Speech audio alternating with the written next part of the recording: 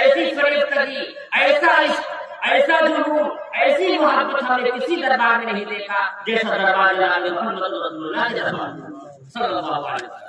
ایسا کمال ہی کی تو بات ہے۔ اور تاریخ میں ایک چھوٹا واقعہ بھی ملتا ہے، حضرت بلال حبشی رضی اللہ تعالیٰ۔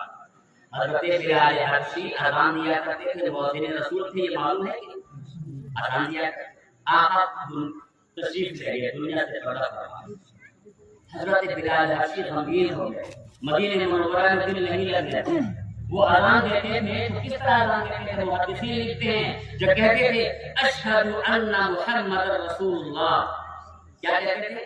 اشہد ان محمد رسول اللہ، آقا کی ذات اقدس کی طرف اشارہ کر کے اذان دیتے تھے، اشہد ان محمد رسول اللہ، اس طرح سے اذان دیتے تھے۔ آقا دنیا سے چلے گئے، اب یہ اشارہ کس کی طرف کریں گے؟ بالکل بے چین ہو گئے اور حبشہ شام کی طرف ہجرت کر کے چلے گئے۔ کچھ دنوں کے بعد آپ خواب میں تشریف لائے، اور خواب میں آنے کے بعد کہتے ہیں بلال یہ کیسی بے رخی ہے کہ مدینہ منورہ چھوڑ کے پیچھے چلے آئے؟ بلال یہ کیسی بے رخی ہے کہ مدینہ چھوڑ کے تم شام چلے آئے ہو؟ حضرت بلال کی آنکھ جب کھلتی ہے تو بے چین ہو جاتے ہیں اور سیدھا مدینہ منورہ آتے ہیں، اور مدینہ منورہ جب آنے کی خبر ملتی ہے تو مورخین نے، سیرت نگاروں نے، تاریخ نگاروں نے یہ لکھا ہے کہ مدینہ منورہ میں ایسا منظر کبھی نہیں دیکھا کہ جیسا منظر حضرت بلال کی آمد کے وقت ہوا۔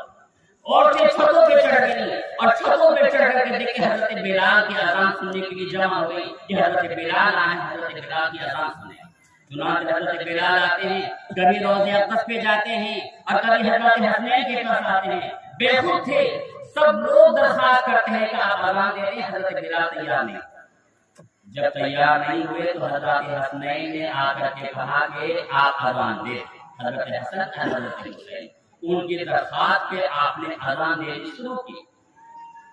مفسر محدثین لکھتے ہیں کہ اللہ اکبر کہا، اشہد ان لا الہ الا اللہ، اشہد ان لا الہ الا اللہ، اور جب پہنچے اشہد ان محمد رسول اللہ، اور غشی ہو گئی، بے ہوش ہو گئی۔